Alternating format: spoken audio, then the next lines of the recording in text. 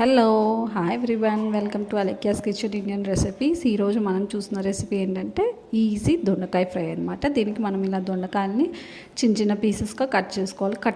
కట్టర్లో అయినా కట్ చేసుకోవచ్చు, లేదంటే నైఫ్తో అయినా కట్ చేసుకోవచ్చు అనమాట. ఇలా చిన్న చిన్న పీసెస్ అయితే బాగుంటాయి. తర్వాత మనం ఒక ప్యాన్ పెట్టుకొని అందులో ఆయిల్ యాడ్ చేసుకోవాలి. ఆయిల్ కొంచెం హీట్ అయిన తర్వాత తాలింపు గింజలు యాడ్ చేసుకోవాలి. అన్ని కర్రీస్కి అన్ని ఫ్రైకి సేమ్ ప్రాసెస్, బట్ ఆ వెజిటేబుల్ని బట్టి కొంచెం ప్రాసెస్ కొంచెం డిఫరెంట్గా ఉండొచ్చు, టేస్ట్ కొంచెం డిఫరెంట్ ఉంటుంది అంతే. బట్ ఇంగ్రీడియంట్స్, చేసే ప్రాసెస్, స్టెప్స్ అంతా కొంచెం సేమ్గానే ఉంటాయి అన్నమాట. అన్ని ఫ్రైస్కి ఆల్మోస్ట్ మనం ఇలాగే తయారు చేసుకుంటాము. బెండకాయ, దొండకాయ, అరటికాయ అన్ని ఫ్రైస్కి ఆల్మోస్ట్ సేమ్ ప్రాసెస్, బట్ మనం తీసుకునే వెజిటేబుల్ని బట్టి టేస్ట్ చేంజ్ అవుతుంది అంతే.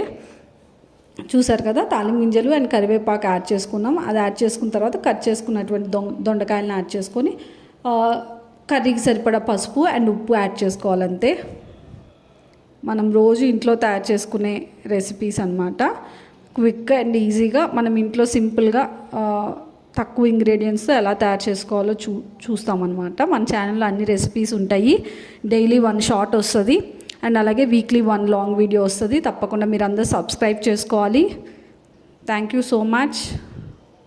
సబ్స్క్రైబ్ చేసుకున్న వాళ్ళకి, చేసుకుని వాళ్ళు ఉంటే ఎవరైనా please do subscribe to Alekhya's kitchen Indian recipes for more cooking videos. Support చేయండి ఛానల్ని. చూసారు కదా, ఇలా మనము లిడ్ పెట్టి క్లోజ్ చేసుకొని బాగా ఫ్రై చేసుకోవాలన్నమాట.